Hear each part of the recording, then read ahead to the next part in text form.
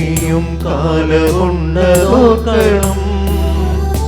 കവിളിലൂടൊഴുകുന്ന കണ്ണീരിനപ്പുറം പുഞ്ചിരിയുണ്ടെന്നതും ഓർക്കണം. പ്രത്യാശയോടെ നീ ദൈവത്തെ നോക്കിയാൽ ഉത്തരം നൽകുമെന്നറിഞ്ഞിടേണം. അവനുത്തരം നൽകുമെന്നറിഞ്ഞിടേണം. ഇലപൊഴിയും കാലങ്ങൾക്കപ്പുറം തളിരണിയും കാലമുണ്ടതോർക്കണം. കവിളിലൂടൊഴുകുന്ന കണ്ണീരിനപ്പുറം പുഞ്ചിരിയുണ്ടെന്നതും ഓർക്കണം.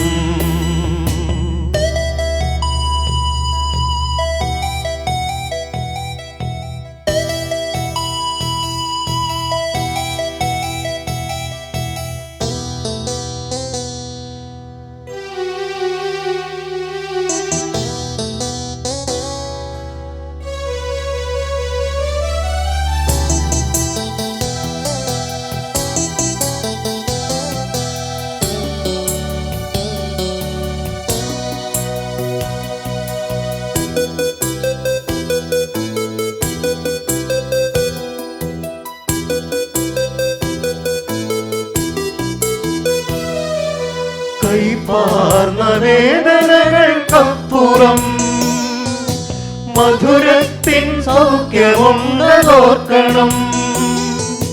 കൈപ്പാർന്ന വേദനകൾക്കപ്പുറം മധുരത്തിൻ സൗഖ്യമുണ്ടതോർക്കണം. മാനത്തെ കാർമേഘമപ്പുറം സൂര്യപ്രഭയുണ്ടെന്നതോർക്കണം.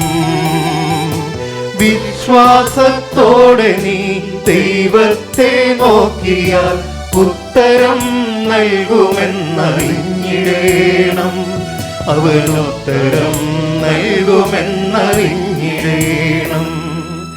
ഇലപൊഴിയും കാലങ്ങൾക്കപ്പുറം തളിരണിയും കാലമുണ്ടതോർക്കണം.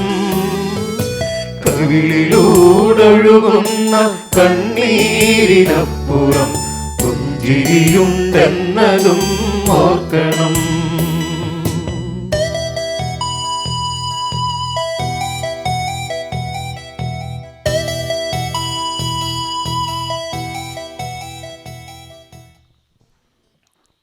പ്രിയ മാതാപിതാക്കളെ, സഹോദരി സഹോദരങ്ങളെ, വിശ്വാസത്തോടെ ദൈവത്തെ നോക്കിയാൽ നിങ്ങൾക്ക് അതിന് ഉത്തരം കിട്ടും. അതാണ് ഇപ്പോൾ നാം കേട്ട ഗാനത്തിൻ്റെ പൊരുൾ. അതിൽ വളരെ വ്യക്തമായി പറയുന്നു, വിശ്വാസത്തോടെ. ഇത് പറയുമ്പോഴാണ് ഞാൻ ചില കാര്യങ്ങളിലേക്ക് ഈ നിമിഷം കടന്നു പോവുക. ആദ്യമായിട്ടാണ് ഈ ദേവാലയത്തിൽ കടന്നു വന്നിട്ടുള്ളത്. ഇവിടുത്തെ മാത്യു അച്ഛൻ അപ്രതീക്ഷിതമായിട്ട് കാണാൻ വരികയും ഈ വെള്ളിയാഴ്ചത്തേക്ക് വിളിക്കുകയും ഒക്കെ ചെയ്ത് അങ്ങനെയാണ് ഞാനിവിടെ എത്തിയിട്ടുള്ളത്. ഞാൻ ഇവിടെ വിശുദ്ധ ബലിക്ക് തുടങ്ങുമ്പോൾ തന്നെ നേരത്തെ തന്നെ എത്തിയിരുന്നു. കൊന്തയും ഒക്കെ സ്തുതിപ്പും ഒക്കെ കൂടുകയും ഒക്കെ ചെയ്തു. ഇവിടെ ഏശയ്യായുടെ പുസ്തകത്തിൽ 59-ാമത്തെ അധ്യായത്തിൽ 1-ാമത്തെ ഒരു വചനമുണ്ട്. രക്ഷിക്കാൻ കഴിയാത്ത വിധം കർത്താവിൻ്റെ കരങ്ങൾ കുറുകിപ്പോയിട്ടില്ല. കേൾക്കുവാൻ കഴിയാത്ത വിധം അവിടുത്തെ കാതുകൾക്ക് മാന്യം സംഭവിച്ചിട്ടില്ല. ഏശയ്യ 59-ൽ 1-ാമത്തെ ഒരു വചനമാണ്. ആ വചനം നിങ്ങളെല്ലാവരും ഹൃദയത്തിൽ സൂക്ഷിക്കണം. രക്ഷിക്കാൻ കഴിയാത്ത വിധം കർത്താവിൻ്റെ കരങ്ങൾ കുറുകിപ്പോയിട്ടില്ല. കേൾക്കാൻ കഴിയാത്ത വിധം അവിടുത്തെ കാതുകൾക്ക് മാന്യം സംഭവിച്ചിട്ടില്ല. ഈ വചനം എൻ്റെ ജീവിതത്തിലുണ്ടായ കുറേ മാറ്റങ്ങളും കുറേ കോട്ടങ്ങളും കുറേ നേട്ടങ്ങളും ഒക്കെ ഓർമ്മിപ്പിക്കുവാൻ കൂടിയാണ് ഈ നിമിഷം ഇവിടെ നിൽക്കുക. ഞാൻ 1973 മുതൽ 30-35 വർഷക്കാലം മതാധ്യാപകനായിരുന്നു. മതാധ്യാപകൻ വാഴവറ്റ സൺഡേ സ്കൂൾ ആയിരുന്നു ഞാൻ പഠിപ്പിച്ചിരുന്നത്. അപ്പോൾ ഈ 35 വർഷക്കാലവും, ഇപ്പോഴൊന്നുമില്ല, ഞാൻ 2020 മാറി, 35 വർഷക്കാലവും ഒരു കടുകുമണിയോളം വിശ്വാസമില്ലാത്ത വിശ്വാസ പരിശീലകനായിരുന്നു ഞാൻ. അപ്പോൾ നിങ്ങൾ ഓർക്കും, എന്തേ ഇത്ര വിശ്വാസമില്ലാത്ത ആൾ മതപഠനത്തിനൊക്കെ ഇറങ്ങിത്തിരിച്ചു? പക്ഷേ ഒരു ദിവസം ഞങ്ങളുടെ വികാരിയച്ഛൻ എന്നോട് പറഞ്ഞു, ഒന്ന് 2ാം ക്ലാസ്സിൽ പോകാവോ എന്ന് ചോദിച്ചു. പോയി. അവിടെ മുതൽ അങ്ങനെ അധ്യാപകനായി. അവസാനം ഒരു 10-20 വർഷത്തിന് ചോടെ സൺഡേ സ്കൂൾ ഹെഡ് മാസ്റ്ററായൊക്കെ ചിലവഴിച്ചു. ധാരാളം കുട്ടികൾ, അന്ന് വടവറ്റ ഇടവകയിൽ കരാപ്പുഴ അണക്കെട്ടൊക്കെ എടുത്ത് പോകുന്നതിന് മുൻപ് ധാരാളം കുട്ടികളും ആളുകളുമൊക്കെ ഉണ്ടായിരുന്നൊരു കാലം. ഏതാണ്ട് 500ഓളം കുട്ടികൾ പഠിക്കുന്ന വേദപാഠ സ്കൂൾ, 1 മുതൽ 12 വരെ ക്ലാസ്സുകൾ, പലതിലും ഡിവിഷനുകളുണ്ടായിരുന്നു. ഞാൻ അവസാനം 10ാം ക്ലാസ്സിലായിരുന്നു പഠിപ്പിച്ചുകൊണ്ടിരുന്നത്. അപ്പോൾ നാട്ടുകാർക്കൊക്കെ നല്ല അധ്യാപകനാണ്, കുട്ടികൾക്കൊക്കെ വലിയ ഇഷ്ടം, നന്നായി പഠിപ്പിക്കും, പുസ്തകം കൊണ്ടുപോകാറില്ല, പുസ്തകം നോക്കാതെയാണ് പഠിപ്പിക്കുക. ഞാൻ കൊടുക്കാൻ പോകുന്ന ഒരു പോയിൻ്റ് എൻ്റെ മനസ്സിൽ വിശദീകരിച്ച് കൊടുക്കും ആ സമയങ്ങൾ മുഴുവൻ. അങ്ങനെ കാലങ്ങൾ കടന്നുപോയി, ദിവസങ്ങളും കടന്നു. 1984 ആരംഭിക്കുമ്പോഴത്തേക്ക് ഒരു അപ്രതീക്ഷിതമായൊരു മഞ്ഞപ്പിത്തം കടന്നുകൂടി. അപ്പോൾ ഞാൻ ഈ മഞ്ഞപ്പിത്തം കടന്നുകൂടുന്നതിനുണ്ടായ മുമ്പത്തെ കാര്യം കൂടെ പറയാം. കുട്ടികളെ ഇങ്ങനെ വേദപാഠം പഠിപ്പിച്ചു. ആദ്യ കുർബാന സ്വീകരണമൊക്കെ കഴിഞ്ഞ് പള്ളിയുടെ ഏറ്റവും മുമ്പിലായിരുന്നു ഇരുന്നത്. കുറച്ചു കാലം കഴിഞ്ഞപ്പോൾ അത് മധ്യഭാഗത്തേക്ക് മാറി, കുറച്ചു കാലം കഴിഞ്ഞപ്പോൾ അത് ബാക്കിലേക്ക് പോയി, കുറച്ചു കാലം കഴിഞ്ഞപ്പോൾ ഞാൻ ആ പോക്കങ്ങ് നിർത്തി. എനിക്ക് വലിയ താല്പര്യമൊന്നും തോന്നി തുടങ്ങിയില്ല. വിശ്വാസത്തിൽ തീരെ താല്പര്യം കുറഞ്ഞു പോകുന്നത് പോലെ എനിക്ക് തോന്നി. കാരണം പല കാരണങ്ങൾ, പല അച്ഛന്മാരിലുണ്ടായിട്ടുള്ള അനുഭവങ്ങൾ, സഭയിലുണ്ടാകുന്ന പല നിലപാടുകൾ, അതൊക്കെ എൻ്റെ മനസ്സിനെ മുറിപ്പെടുത്തി. അങ്ങനെ വേദപാഠത്തിൽ നിന്ന് ഞാൻ പുറകോട്ട് പോയി. അങ്ങനെ ഇരിക്കുമ്പോഴാണ് ആദ്യമായി ഒരു മഞ്ഞപ്പിത്തം കടന്നു വന്നു. അപ്പോൾ ഈ മഞ്ഞപ്പിത്തം കടന്നു വന്നാൽ നമ്മളൊക്കെ സാധാരണഗതിയിൽ ചെയ്യുക എന്താ? പച്ചമരുന്ന് എവിടെന്നെങ്കിലും ഉണ്ടെങ്കിൽ കഴിക്കും. പ്രഗത്ഭനായ ആരുടെയെങ്കിലും പച്ചമരുന്ന് വാങ്ങി കഴിച്ച് മാറ്റും. അതുപോലെ തന്നെ ഞാനും പോയി.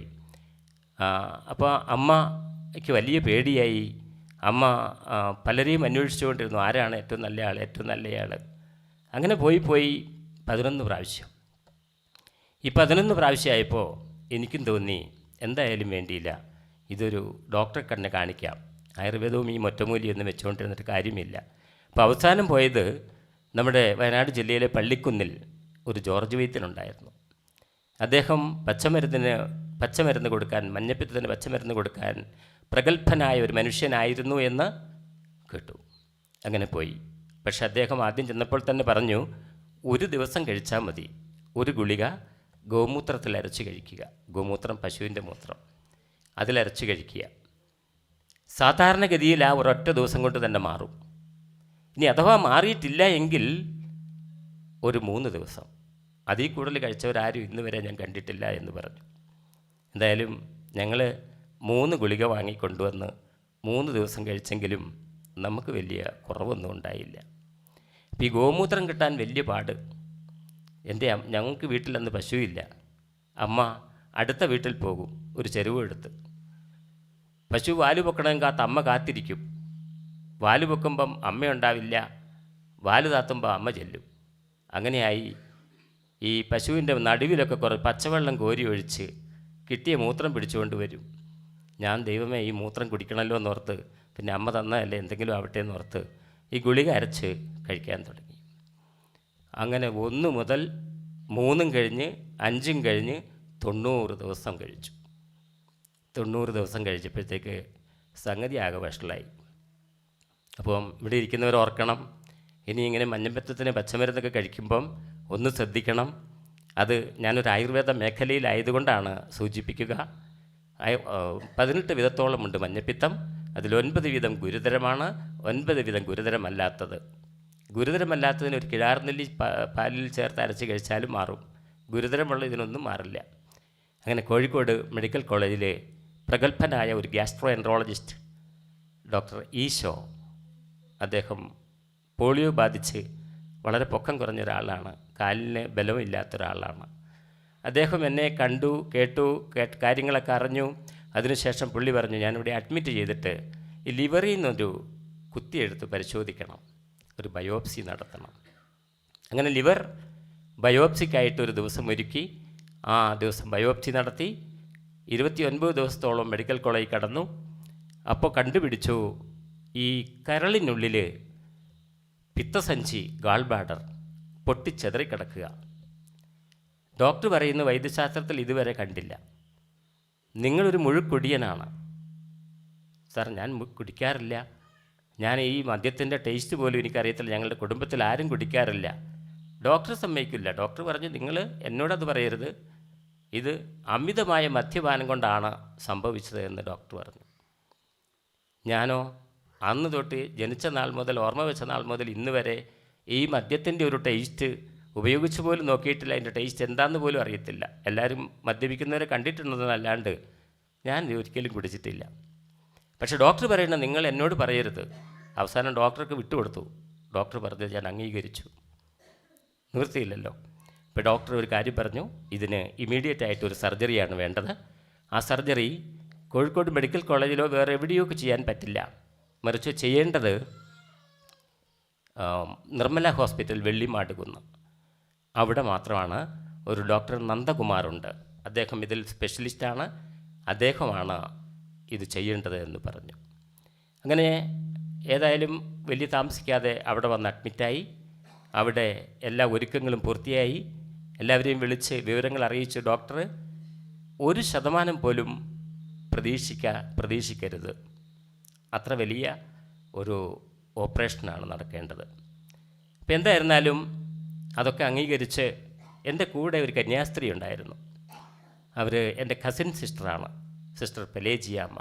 SH കോൺഗ്രിഗേഷനിലെ ഒരു കന്യാസ്ത്രീയായിരുന്നു. മരിച്ചു. ഒരു 10 വാർദ്ധക്യ സഹജമായ അസുഖമൊക്കെ ആയിട്ട് ആൾ മരിച്ചിട്ട് 1 വർഷം കഴിഞ്ഞിട്ടേ ഉള്ളൂ. അപ്പോൾ ആ സിസ്റ്ററായിരുന്നു എനിക്ക് എന്നും സഹായിയായിട്ട് കൂടെ ഉണ്ടായിരുന്നത്. അവർ നേഴ്സായിരുന്നു. അതുകൊണ്ട് ആശുപത്രിയിൽ നേഴ്സായതുകൊണ്ടും ആശുപത്രിയെക്കുറിച്ച് അറിയാവുന്നതുകൊണ്ടും രോഗത്തെക്കുറിച്ച് കൂടുതൽ പിടിപാടുള്ളതുകൊണ്ടും എനിക്ക് സഹായിയായിട്ട് അന്ന് തൊട്ട് ഈ ഹോസ്പിറ്റലിൽ നിന്ന് തിരിച്ചു വരുന്നവരെ അവരായിരുന്നു. അങ്ങനെ സർജറിക്കുള്ള ഒരുക്കങ്ങളെല്ലാം പൂർത്തിയായി. എല്ലാം നമ്മൾ ഫാസ്റ്റിംഗ് ആയിരുന്നു. ഭക്ഷണം കഴിക്കാൻ മേലെ 2 ദിവസത്തേക്ക് വെറും ഗ്ലൂക്കോസ് ട്രിപ്പ് മാത്രം. അങ്ങനെ ഒരുങ്ങി വന്ന അന്ന് ദൈവാനുഗ്രഹം കൊണ്ട് ഇന്ദിരാഗാന്ധി മരിച്ചുപോയി, ബന്ധായിപ്പോയി. അന്ന് റോഡുകളെല്ലാം അടഞ്ഞു, വാഹനമില്ല. ഓപ്പറേഷൻ മാറ്റിവെക്കാൻ തീരുമാനിച്ചു 4 ദിവസം കഴിഞ്ഞിട്ട്. അപ്പോൾ നവംബർ 2-ാം തീയതി, ഒക്ടോബർ 30-ന് ഓപ്പറേഷൻ തീരുമാനിച്ചു. എങ്കിലും അത് 2 ദിവസം കൂടെ മാറ്റിവെക്കാൻ തീരുമാനിച്ചു.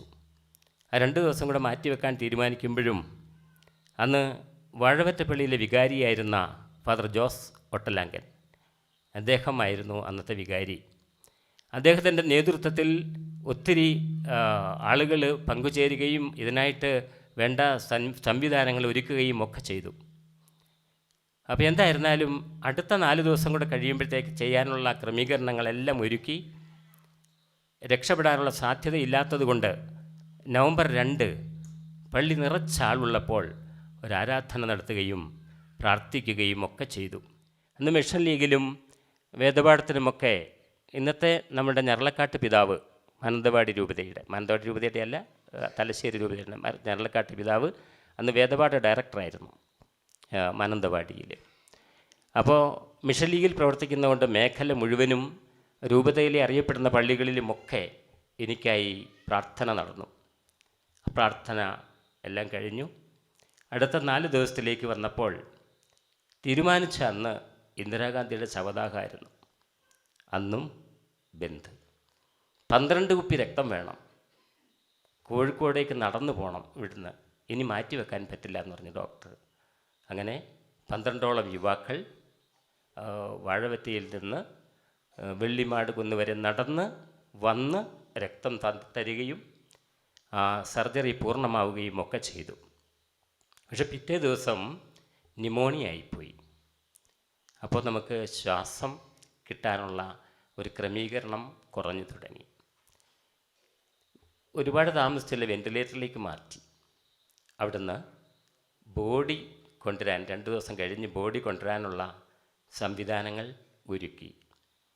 ഒരു പരിധിവരെ വാഴവറ്റ പ്രദേശങ്ങൾ വയനാട്ടിൽ പലയിടങ്ങളിലും മരിച്ചു എന്ന് തന്നെ ആളുകൾ അറിഞ്ഞു. ഈ ബോഡി കൊണ്ടുവരാനുള്ള ആംബുലൻസും ഒക്കെ വന്നു. അന്ന് ഈ നന്ദകുമാർ ഡോക്ടർ ഈ പെങ്ങളായ ഈ കന്യാസ്ത്രീയോട് പറഞ്ഞു, 15,000 രൂപയുടെ ഒരു ഇഞ്ചക്ഷൻ നമുക്ക് ചെയ്തു നോക്കാം, പക്ഷെ 3 കാര്യങ്ങൾ സംഭവിക്കും. ഒന്നുകിൽ മരിക്കും, അല്ലെങ്കിൽ സ്ട്രോക്ക് ഉണ്ടാക്കും, അല്ലെങ്കിൽ തിരിച്ചു കിട്ടും. ആ തിരിച്ചു കിട്ടിയ ആളാണ് ഞാൻ. അപ്പോൾ ഈ 35 വർഷം നമുക്ക് വിശ്വാസത്തിന് യാതൊരു താല്പര്യവുമില്ലായിരുന്നു. എന്ന് പറഞ്ഞാൽ ഒരു കടുക് മണിയോളം വിശ്വാസം എനിക്കില്ലായിരുന്നു. ഈ തിരിച്ചു കിട്ടിയത് മുതൽ പതുക്കെ പതുക്കെ വിശ്വാസത്തിലേക്ക് കടന്നു വരാൻ തുടങ്ങി. പ്രയാസങ്ങളും ദുരിതങ്ങളും ബുദ്ധിമുട്ടുകളും ഒക്കെ കടന്നുപോയി. ഒന്ന് നന്നായി വരയ്ക്കുമായിരുന്നു. വരയ്ക്കാൻ പറഞ്ഞപ്പോൾ ഡോക്ടർ പറഞ്ഞു ഈ വരയൊക്കെ ഒഴിവാക്കണം, കാരണം സ്റ്റെയിനർ, ടിന്നർ എന്നിതൊന്നും ഉപയോഗിക്കാൻ പറ്റില്ല. ഇനി മദ്യപിക്കാനോ പാടില്ല, കാരണം ഡോക്ടറൊക്കെ പറഞ്ഞേക്കണം ഞാൻ മദ്യപിക്കുന്ന ആളാണെന്നാണ്. ഇനി മദ്യപിച്ച ആത്മഹത്യ ചെയ്യുന്നതിന് തുല്യമാണെന്നൊക്കെ പറഞ്ഞു. പക്ഷെ എന്തായിരുന്നാലും ഞാൻ അന്നും ഇന്നും മദ്യപിച്ചിട്ടില്ല. അത് ഡോക്ടറോട് പറഞ്ഞാൽ ഡോക്ടറോട് മനസ്സിലാക്കുകയില്ല. അപ്പം ഡോക്ടർ പറഞ്ഞത് കേട്ട് ഞാൻ പോരുകയും ചെയ്തു. അങ്ങനെ തുടക്കം മുതൽ ഒരു ആയുർവേദ ഫാർമസിയോട് കൂടി സ്റ്റാർട്ട് ചെയ്തു. അത് 0-ൽ നിന്ന് തുടങ്ങി ലോകമറിയുന്ന ഒരു ചെറിയ ആശുപത്രിയാക്കി വളർന്നു. ധാരാളം രോഗികളും വന്നു. ഞാൻ വയനാട് ജില്ലയിലും കോഴിക്കോട് ജില്ലയിലും, കോഴിക്കോട് തന്നെയാണെങ്കിലും 20 വർഷത്തോളം കോഴിക്കോട് നാഗാർജുനയിലായിരുന്നു. ആദ്യം 90 വയസ്സുള്ള ഒരാളിൽ നിന്ന് ഗുരുകുല പഠനവും അതിനുശേഷം RMP രജിസ്റ്റർ RMP എന്ന് പറയുന്ന രജിസ്റ്റേർഡ് മെഡിക്കൽ പ്രാക്ടീഷണർ, ആ കോഴ്സൊക്കെ ഒരു കറസ്പോണ്ടൻസ് കോഴ്സൊക്കെ കഴിഞ്ഞ് കൺസൾട്ടിങ്ങിനിരുന്ന് നാഗാർജുന വിവിധ സ്ഥലങ്ങളിലേക്ക് കൊണ്ടുപോയി എന്നെ. കോഴിക്കോട്, തിരുവമ്പാടി, താമരശ്ശേരി, ഈങ്ങാപ്പുഴ, കോടഞ്ചേരി, കൊടുവള്ളി, അങ്ങനെ തുടങ്ങി പേരാമ്പ്ര, ഉള്ളിയേരി, ബാലുശ്ശേരി തുടങ്ങിയ എല്ലാം കുറേ സ്ഥലങ്ങളിൽ ഞാൻ പോയി. അവിടെ നിന്നൊക്കെ ഒത്തിരി രോഗികളെ കണ്ടു, ഒരുപാട് രോഗികളെ കണ്ടു, രോഗികളിലൂടെ പഠിച്ചു. ഒത്തിരി പച്ചമരുന്നുകളിനെക്കുറിച്ച് അറിവ് തേടിയുള്ള യാത്രകളായിരുന്നു ആ നാളുകൾ. അത് കഴിഞ്ഞിങ്ങോട്ട് എല്ലാ ദിവസവും പള്ളിയിൽ പോകാൻ തുടങ്ങി. പള്ളിയിൽ പോകുമ്പം മുമ്പിലിരുന്ന ഞാൻ മധ്യത്തിലായി, പുറകോട്ടായി, പിന്നെ തിരിച്ച് പുറത്തു പോയി. പിന്നെ ചെന്നപ്പോൾ മുമ്പിൽ തന്നെ കയറി. ഇപ്പോൾ എല്ലാ ദിവസവും പള്ളിയിൽ പോകും. രാവിലത്തെ കുർബാന കഴിഞ്ഞ് വന്നേ എല്ലാ പരിപാടിയും ഉള്ളൂ എന്ന് പറഞ്ഞാൽ കഴിഞ്ഞ കുറേ വർഷങ്ങളായിട്ട്. അപ്പോൾ അതുകൊണ്ടുണ്ടായ ഗുണങ്ങളാണ് ഇനി ഞാൻ നിങ്ങളോട് പറയുക. അപ്പോൾ ജീവിതത്തിൻ്റെ 2 ഭാഗങ്ങൾ. ഒന്ന്, വിശ്വാസമില്ലാതിരുന്നൊരു കാലം, അന്ന് തിരിച്ചടികളായിരുന്നു. വിശ്വാസത്തിലേക്ക് വന്നു കഴിഞ്ഞപ്പോൾ അതിന് ഒത്തിരി ഉയർച്ചകളും വളർച്ചകളും എത്താൻ നമുക്ക് ആയുർവേദ ഹോസ്പിറ്റലുണ്ട്. 10-30 വർഷമായിട്ട് അത് പ്രവർത്തിച്ചു വരുന്നു. കൂത്താട്ടുകുളം ശ്രീധരീയത്തിൻ്റെ ബ്രാഞ്ചാണ്. ആ ബ്രാഞ്ചിൽ സൗഭദ്ര എന്ന പേരിൽ അവരുടെ ബ്രാഞ്ച് ആയതുകൊണ്ടാണ് അങ്ങനെ കണ്ണിൻ്റെയും കൂടി ഉൾപ്പെടുത്തി നമ്മളിപ്പോൾ ചെയ്യുകയാണ്. അപ്പോൾ അവിടെ ഒരിക്കൽ മുഹമ്മദ് എന്ന് പറയുന്ന പുൽപ്പള്ളിക്കാരനൊരു രോഗി എൻ്റെ അടുക്കലേക്ക് വന്നു. അപ്പോൾ അയാൾക്ക് ശ്വാസം മുട്ടലാണ്. അയാളുടെ കൂടെ പണിയെടുത്തിരുന്ന ഒരാൾ പറഞ്ഞു, അവിടെ പോയാൽ മതി, ശ്വാസം മുട്ടൽ മാറിപ്പോകും, നിർബന്ധമായിട്ട് അവിടെ ചെന്നോ, ഒരു 7 ദിവസം കിടക്കാൻ കണക്കാക്കി കൊള്ളാൻ പറഞ്ഞു. അങ്ങനെ ഈ അഡ്മിറ്റ് ആകാൻ വന്ന രോഗി നിസ്കാരപ്പായയും ബക്കറ്റും കപ്പും അതിൻ്റെ വേണ്ടത്ര സംവിധാനങ്ങളൊക്കെ ഒരുങ്ങിയാണ് വന്നത്. അപ്പം അയാളുടെ ഭാര്യ, മകളുടെ ഭർത്താവ്, 2 മക്കൾ, മകൻ്റെ ഭാര്യ, 2 മക്കൾ, എല്ലാവരും കൂടി സകുടുംബമാണ് വന്നേക്കുന്നത്. ബാപ്പേനെയും ഉമ്മേനെയും അവിടെ അഡ്മിറ്റ് ചെയ്യുക, ബാക്കിയുള്ളവർക്ക് തിരിച്ചു പോകുക. അങ്ങനെ ഞാൻ ഇദ്ദേഹത്തിൻ്റെ കയ്യിൽ, അന്ന് എന്നെ ഒരു ഗുരുകുല പഠനങ്ങളിൽ വിരൽ വെച്ച് ആ പൾസ് നമ്മൾ തൊടുമ്പം രോഗിയിലുള്ള മാറ്റങ്ങൾ, രോഗിയുടെ പ്രത്യേകത, രോഗിയുടെ ഏതെങ്കിലും അവയവങ്ങൾക്ക് പ്രശ്നങ്ങളുണ്ടോ എന്നൊക്കെ കണ്ടുപിടിക്കാൻ പഠിപ്പിച്ച ഒരാളുണ്ടായിരുന്നു. മരിച്ചുപോയി. 90 വയസ്സുള്ളപ്പോഴാണ് പഠിപ്പിച്ചത്. അദ്ദേഹത്തിന് മക്കളില്ലായിരുന്നു. ഞാൻ അവിടെ ചെല്ലുകയും, പാലക്കാട് അവിടെ ചെല്ലുകയും ആഴ്ചയിൽ 2 ദിവസമൊക്കെ തങ്ങുകയും ഒക്കെ പോയി അങ്ങനെ വന്നുകൊണ്ടിരുന്നു. അപ്പം അങ്ങനെ പഠിപ്പിച്ച ഒരു കഴിവ് എനിക്ക് വലിയ ഗുണകരമായി തോന്നി. അപ്പം ഞാൻ ഈ മുഹമ്മദിൻ്റെ കൈ പിടിക്കുമ്പോൾ എൻ്റെ മനസ്സിലേക്ക് കടന്നു വരുന്നത് ഒരു വെള്ള തുണിയിൽ പൊതിഞ്ഞ ഒരു ബോഡി. അതെന്തായിരിക്കും അങ്ങനെ വരാൻ കാരണം? വീണ്ടും കൈവിട്ട് വീണ്ടും അയാളുടെ കയ്യിൽ പിടിക്കുമ്പോൾ വീണ്ടും വെള്ളത്തുണിയിൽ പൊതിഞ്ഞ ഒരു ബോഡി. അപ്പം ഇദ്ദേഹത്തിന് ശ്വാസം മുട്ടലല്ല, ഇദ്ദേഹം നല്ല ആരോഗ്യവാനാണ്. 50 വയസ്സ് പ്രായമേ ഉള്ളൂ. നല്ല എനർജറ്റിക് ആയിട്ടാണ് കൺസൾട്ടിങ് റൂമിലേക്ക് കയറി വന്നിട്ടുള്ളത്. പുള്ളിക്ക് ഒരു പ്രശ്നമില്ല. അപ്പം എനിക്ക് മനസ്സിൽ ആരോ തോന്നിക്കുന്നു, ഇദ്ദേഹത്തിന് കാർഡിയക് അറസ്റ്റ് ഉണ്ടാകും. ശ്വാസം മുട്ടലല്ല, നീ എടുക്കരുത്, ഒരു ധ്വനി എൻ്റെ മനസ്സിൽ. എന്തായിരുന്നാലും ഞാൻ വീണ്ടും വീണ്ടും ആലോചിച്ചു, എന്താണ് അങ്ങനെ തോന്നാൻ കാരണം. അപ്പോൾ ഞാനന്ന് മണിമൂളി എന്ന് പറയുന്ന സ്ഥലത്തായിരുന്നു കൺസൾട്ടിങ്. അതെല്ലാം കഴിഞ്ഞ് എൻ്റെ കൂടെ 2 ഡോക്ടർമാരുമുണ്ട്. ഞങ്ങൾ 3 പേരും കൂടിയാണ് ഇരിക്കുന്നത്. അപ്പോൾ ഇയാളോട് ഞാൻ ചോദിച്ചു, നെഞ്ഞ് വേദനയുണ്ടോ? ഇല്ല. കൈവേദനയുണ്ടോ? ഇല്ല. താടിയുടെ അടിയിൽ വേദനയുണ്ടോ? ഇല്ല. കിതപ്പുണ്ടോ? കിതപ്പ് കുറച്ചുണ്ട്. പക്ഷേ മറ്റ് വേദനകൾ എവിടെയുമില്ല. ECG മുമ്പ് എടുത്തിട്ടുണ്ടോ? ഇല്ല. കാർഡിയോളജിസ്റ്റിനെ കാണിച്ചിട്ടുണ്ടോ? ഇല്ല. ഏതെങ്കിലും കാർഡിയോളജിസ്റ്റ് എന്ന മരുന്നുകൾ രക്തം ക്ലോട്ടാവാതിരിക്കാൻ കഴിക്കുന്നുണ്ടോ? ഇല്ല. പിന്നെ ഞാനിങ്ങനെ ഇത് കാണും. എന്തായാലും ഞാൻ എടുക്കരുതെന്ന് എൻ്റെ മനസ്സിൽ ദൈവം തോന്നിച്ചപ്പോൾ ഞാൻ എടുത്തില്ല. അപ്പോൾ ഒരു കൊച്ചു കരഞ്ഞ് അവർ പുറത്തേക്ക് ഇറങ്ങിപ്പോയി. അപ്പോൾ അയാളുടെ മകനായിരുന്നു, മകൻ്റെ കുട്ടിയായിരുന്നു കരഞ്ഞത്. അപ്പം ഞാൻ കുറച്ച് മുറ്റത്ത്, എല്ലാവരും കൺസൾട്ടിങ് റൂമിലിരിക്കുക. അപ്പം ഞാൻ പുറത്തിറങ്ങി ചെന്ന് ഈ മകനോട് പറഞ്ഞു, ഈ മകൻ്റെ ബാപ്പയാണോ അതെന്ന് ചോദിച്ചാൽ അതേന്ന് പറഞ്ഞു. അങ്ങനെയാണെങ്കിൽ അദ്ദേഹത്തിന് കാർഡിയക് പ്രശ്നമായിട്ടാണ് എനിക്ക് മനസ്സിൽ തോന്നുന്നത്. അദ്ദേഹത്തിന് നമ്മൾ ബത്തേരി വിനായക ഹോസ്പിറ്റലിൽ കൊണ്ട് അഡ്മിറ്റ് ചെയ്യണം, വീട്ടിൽ കൊണ്ടുപോകരുത്. ഓക്സിജൻ്റെ അളവ് കുറച്ച് കുറവായിട്ട് എനിക്ക് തോന്നി. പക്ഷേ നല്ല ആരോഗ്യത്തോടു കൂടി കടന്നു വന്ന മനുഷ്യൻ നിങ്ങളാരാ ഇത് പറയാമെന്ന് ചോദിച്ചു. അവൻ ചൂടായി എന്നോട്. നിങ്ങൾക്ക് സൗകര്യമുണ്ട് ഇവിടെ അഡ്മിറ്റ് ചെയ്താൽ മതി, അല്ലെങ്കിൽ നിങ്ങൾ എവിടെ കൊണ്ടുപോകണം എവിടെ കൊണ്ടുപോകാതിരിക്കണം എന്ന് എന്നോട് പറയരുതെന്ന് പറഞ്ഞു. പക്വതയില്ലാത്തൊരു പയ്യൻ. ഞാൻ പ്രത്യേകിച്ച് ഒന്നും പറഞ്ഞില്ല, തിരിച്ചു വന്നു. എന്നാൽ ഞാനിവിടെ അഡ്മിറ്റ് ചെയ്യുന്നില്ല എന്ന് പറഞ്ഞ് തിരിച്ചു വന്നു. തിരിച്ചെന്ന് പറഞ്ഞാൽ മുറ്റത്തുനിന്ന് പുറത്ത് കൺസൾട്ടിങ് റൂമിലേക്ക് വന്നു. കൺസൾട്ടിങ് റൂമിലേക്ക് വന്നുകൊണ്ടിരിക്കുമ്പം മറ്റേ പയ്യൻ ഇറങ്ങി വന്നു. കൂടെ ഉണ്ടായിരുന്നു മരുമകൻ, മകളുടെ ഭർത്താവ്. അവൻ ചോദിച്ചു, എന്താണ് പ്രശ്നം? ഞാൻ പറഞ്ഞു, നമുക്ക് ഇവിടെ അഡ്മിറ്റ് ചെയ്യാൻ പറ്റില്ല, ബാപ്പയ്ക്ക് കാർഡിയക് പ്രശ്നമായിട്ടാണ് എനിക്ക് തോന്നുന്നത്, അത് കാരണം ഞാൻ അഡ്മിറ്റ് ചെയ്യില്ല. അല്ലെങ്കിൽ നിങ്ങളൊരു കാർഡിയോളജിസ്റ്റിൻ്റെ ഒപ്പീനിയൻ എടുത്തിട്ട് കുഴപ്പമില്ല എന്നുണ്ടെങ്കിൽ ഞാനിവിടെ അഡ്മിറ്റ് ചെയ്യാം എന്ന് പറഞ്ഞു. അപ്പോൾ അവൻ നല്ല മര്യാദയുള്ള പക്വതയുള്ള ഒരു പയ്യനായിരുന്നു. അവൻ പറഞ്ഞു, ഞങ്ങൾ കൊണ്ടുപോയി ഇപ്പം തന്നെ കാണിക്കാം. പക്ഷേ അന്നൊരു ഞായറാഴ്ചയായിരുന്നു. നമുക്കൊരു പ്രത്യേകതയുണ്ടല്ലോ, വയനാട്ടുകാരാണല്ലോ ഇതിനകത്തിരിക്കുന്നത്, എന്നെ അറിയുന്നവരും ധാരാളം പേരുണ്ട്. അപ്പോൾ വയനാട്ടിൽ ഞായറാഴ്ചകളിൽ നല്ലൊരു ഡോക്ടർമാരെ കിട്ടാനില്ല. ഏതെങ്കിലും തമിഴൻ ഡോക്ടർമാർ MBBS കഴിഞ്ഞവർ അറമോയായിട്ട് ആണ് ഹോസ്പിറ്റലിൽ ഉണ്ടാവുക. അപ്പോൾ അത് കാരണം വിനായക ചെന്നപ്പം അങ്ങനെ ഒരു ഡോക്ടർ ഉണ്ടായിരുന്നു. ആ ഡോക്ടറെ കാണിച്ചു. ഡോക്ടർ വേഗം ഓക്സിജൻ്റെ മാസ്ക് കൊടുത്തു, കിടത്തി. ആ കിടത്തി കഴിഞ്ഞപ്പോൾ ഓക്സിജൻ്റെ അളവ് കുറച്ച് കുറവേ ഉള്ളെന്ന് പറഞ്ഞു. എന്തായാലും 4:45 അവിടെ കിടത്തിയത്. 8:30 ആയപ്പോൾ അറ്റാക്ക് വന്ന് അയാൾ മരിച്ചുപോയി. അത് വലിയ ഒരു മാനസിക സംഘർഷം ഉണ്ടാക്കി എനിക്ക്.